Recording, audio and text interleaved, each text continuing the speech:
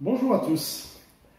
Chacun connaît, je pense, la différence entre un contrat à durée indéterminée et un contrat à durée déterminée. Le CDD peut être remis en cause à chaque instant sans indemnité et presque sans aucune garantie. Le contrat à durée indéterminée, quant à lui, reconnaît la compétence et la valeur d'un employé et donne un cadre plus sécurisant, même si c'est de moins en moins vrai aujourd'hui. En tout cas, on ne peut rompre aussi facilement un contrat à durée indéterminée et lorsqu'on a le statut de fonctionnaire, c'est presque impossible. Le CDD est utile, par exemple, pour une période d'essai, mais il a aussi des effets pervers parce qu'il maintient dans une certaine précarité et une certaine angoisse, disons-le, d'être licencié du jour au lendemain, pour un oui ou pour un non, sans avoir de compte à rendre. Engager un salarié ad vitam aeternam sans contrat durable, c'est le maintenir à sa merci. D'une certaine manière, c'est tirer de lui le meilleur parti sans pour autant reconnaître sa valeur et son droit à travailler dans la sérénité. Le texte que nous lisons aujourd'hui dans l'Épître aux Hébreux se trouve dans le chapitre 7, au verset 20 à 22. En outre, tout cela ne s'est pas fait sans serment de Dieu. Les autres prêtres ont reçu la prêtrise sans un tel serment. Mais Jésus est devenu prêtre en vertu d'un serment que Dieu a prononcé quand il lui a dit « Le Seigneur l'a juré, il ne reviendra pas sur son engagement, tu es prêtre pour toujours. » Ainsi, Jésus est devenu le garant d'une alliance bien meilleure. Pourquoi l'alliance inaugurée par Christ est-elle bien meilleure? Parce que l'ancienne alliance maintenait le peuple dans une crainte de la mort et elle ne pouvait soulager la conscience, car le sang des sacrifices ne lave d'aucun péché. Elle était une sorte de CDD qui pouvait être remis en question à tout instant, du moins pour ceux qui ne mettaient pas leur foi en Dieu. Est-ce que les héros de la foi, tels que Moïse, Abraham, auraient vécu comme des employés en CDD, la durée déterminée?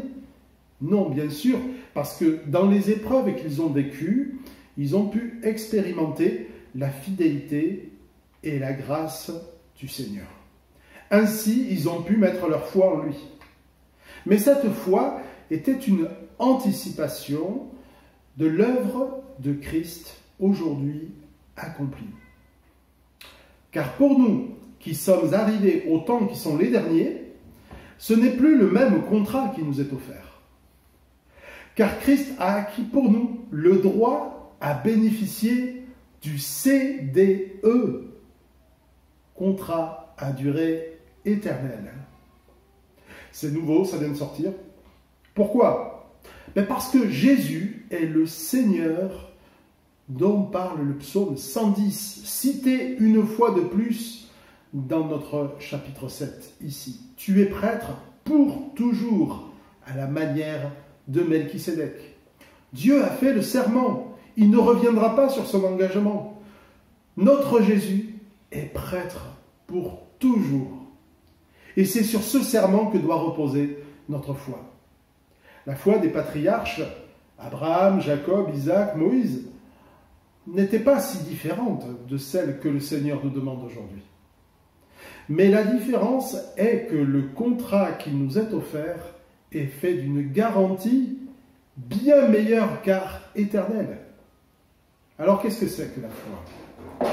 La foi, c'est comprendre au plus profond de soi que l'on est au bénéfice d'un contrat à durée éternelle, CDE, que rien ni personne ne pourra remettre en question. Voilà ce qui fait notre joie, notre repos et notre zèle. Ceci étant dit, il existe aussi un effet pervers. Il arrive parfois que certains mettent le paquet durant leur période d'essai, durant leur CDD, et se relâchent, voire profitent de leur CDI lorsqu'ils l'ont obtenu pour sombrer dans la paresse. Alors même s'il serait malhonnête d'agir ainsi, c'est une tentation contre laquelle nous avons tous à lutter dans le monde du travail. Mais celui qui entre en possession du royaume que le Seigneur lui a accordé par grâce ne peut agir ainsi. Pourquoi? Parce que ce serait un manque de reconnaissance flagrant d'une part. Parce que le cadeau est merveilleux. C'est un cadeau merveilleux que de recevoir le salut. Et le Saint-Esprit que Dieu donne lui-même en est garant et il dit à notre esprit si nous sommes enfants de Dieu. Et puis d'autre part, nous ne devons pas non plus oublier que nous avons un contrat, une alliance. Le Saint-Esprit, gage de notre salut, nous le rappelle. Nous avons été arrachés du pouvoir des ténèbres pour vivre une autre vie, pour marcher dans la lumière. Cette vie nous appelle, par grâce, à porter du fruit et à entrer dans les œuvres que le Seigneur a préparées d'avance afin que nous les accomplissions. Ce contrat, c'est de suivre Christ et d'abandonner les œuvres mortes qui mènent à la ruine. Seule la grâce de Dieu peut nous permettre de vivre ceci. Alors prions pour cela. Une autre erreur aux graves conséquences, ce serait de croire que parce que j'ai vécu une expérience chrétienne, je peux continuer à travailler au noir. Vous voyez ce que je veux dire? C'est-à-dire sans contrat, sans contrainte, sans église, sans engagement, sans fruit, bref, tranquille.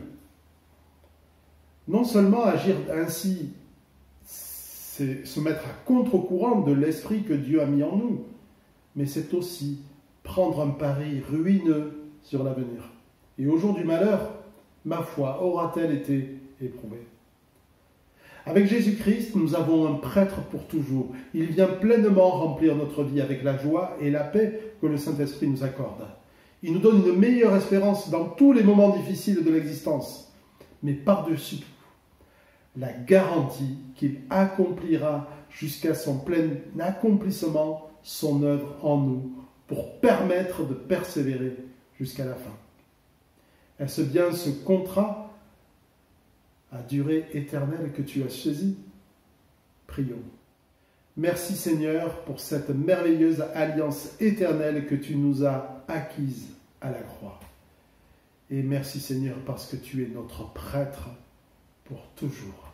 Amen. Je vous souhaite une bonne journée sous le regard de notre Seigneur.